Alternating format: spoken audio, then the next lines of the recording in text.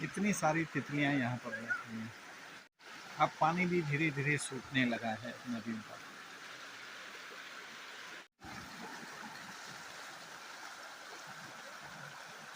ऐसा पुल हमने इस बार बनाया टम्पू। जैसे जैसे धूप बढ़नी शुरू हुई ऐसे नदियों का पानी भी कम होता जा रहा है और लगभग अब नदियों का पानी कुछ दिनों बाद सूख ही जाएगा और ये नदियाँ फिर पूरी तरह से वीरान दिखने लग जाएंगी। अभी यहाँ पर नदियों का दृश्य हमारे यहाँ पर कुछ ऐसे दिखाई दे रहा है, सुंदर सा पानी और तेज धूप। अब ये पाइप इतने खाली हो गए हैं, बस इतना पानी बचा है कि बस चिपक के ही पानी इनसे निकल रहा है। अब जो है नदियों का पानी बहुत कम हो गया है। जो लोग अब यहाँ नहाया करते थे कुछ दिनों बाद उनको पानी मिलेगा ही नहीं नदी में। हमारा डॉगी भी सड़क का मुआयना कर रहा है। लोग भी अब घूमने आने लगे हैं अभी। तो आज सैटरडे है तो काफ़ी लोग नदियों में घूमने के लिए आ रखे हैं। तो दोस्तों सबसे पहले आप सभी लोगों को दिवाली की, आज धनतेरस की बहुत बहुत हार्दिक शुभकामनाएं।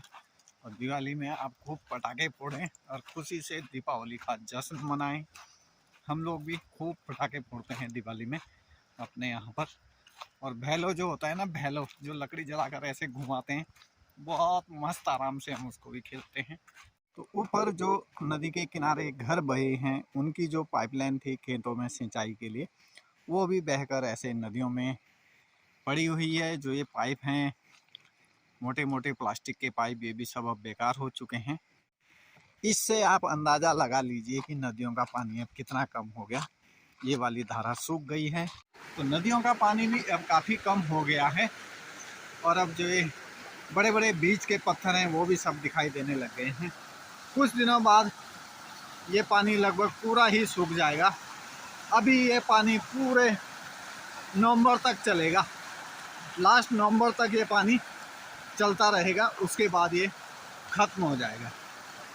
क्योंकि जैसे जैसे धूप बढ़ती रहेगी ऐसे ऐसे पानी सूखता रहेगा।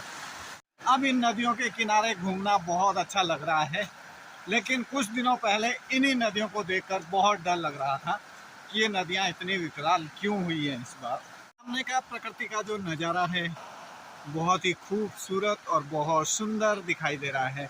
यही वो पहाड़ी है जिसके पीछे बादल फटा है और नदियों ने इतनी तबाही मचाई है।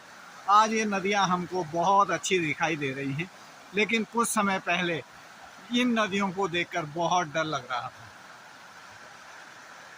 जहाँ भी नदी के किनारे आप लोग जाएंगे, ये बोतल और ये बोतलें और ये चूल्हे आपको हर जगह नज़र आएंगे। यहाँ से नदी ने अपनी दो धारा बना दी हैं, एक धारा इधर से गुजर रही है, एक धारा उधर से गुजर रही है। नदी को क्रॉस करके अभी मैं जा रहा हूँ पल्ली तरफ।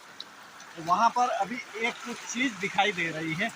ओह, पानी बड़ा ठंडा है, वो अभी आप लोगों को दिखाता हूँ कि वो क्या चीज़ है। मेरी नज़र अभी उस पर पड़ी है। जहाँ नदी पहले इस साइड से बहा करती थी, इस बार नदी ने अपना पूरा रूट ही बदल दिया।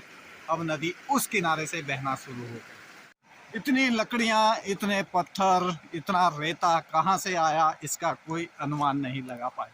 जैसे जैसे नदियों का पानी कम होता जा रहा है और हम लोग पूरी नदी के इधर उधर जा रहे हैं, तो ऐसे ही देखिए जहाँ ऊपर ये कैंप लगे हुए थे वो कैंप जो बहकर आए, तो उनकी एक कुर्सी भी यहाँ पर बहकर आई हुई है। ये बेंत की कुर्सी है और बहुत मजबूत बेंत होता है। कुर्सी बहुत मजबूत है, अभी भी पूरी ठीक ठाक दिख रही है, लेकिन इसका एक हिस्सा यहाँ से टूट गया है। ये एक पैर इसका जो है ना यहाँ से ख़त्म हो गया, तो अब ये 3 टांग की कुर्सी हो गई। इस बरसात ने काफ़ी तबाही मचाई और बहुत ज़्यादा इस बार हमारे यहाँ पर नुकसान भी हुआ है लोगों का। अपने जीवन में हमने ऐसा पहली बार देखा है कि इस नदी ने किसी के घर बहा दिए, किसी के कैंप बहा दिए, लोगों को बेघर कर दिया। हमने ये अपने जीवन में पहली बार देखा है कि इस नदी में इतना पानी भी आता है। तो ऊपर जो घर बहे हैं उनका देखिए, टीन, लोहा सब इधर बहकर आया हुआ है। इस बार बहुत ज़्यादा नुकसान इस नदी ने किया है। इस बार नदी ने अपना रास्ता बिल्कुल अलग ही बना दिया है। ये रास्ता इसका कब तक रहेगा कोई नहीं जानता। पूरे देखिए जंगल पर मिलके चली गई नदी, जो कि यहाँ पूरा पहले जंगल हुआ करता था, यहाँ पर गायां चुंगा करती थी। इस बार पूरी नदी ही पलट गई। तो वो कहते हैं कि प्रकृति के आगे इंसान बेबस हो जाता है, आपदा कहाँ आ जाए इसके बारे में कोई नहीं जान सकता। तो चलिए दोस्तों, बने रहिए, वीडियो अच्छी लगे तो शेयर और सब्सक्राइब जरूर करिए। मिलते हैं आपसे अगले व्लॉग में।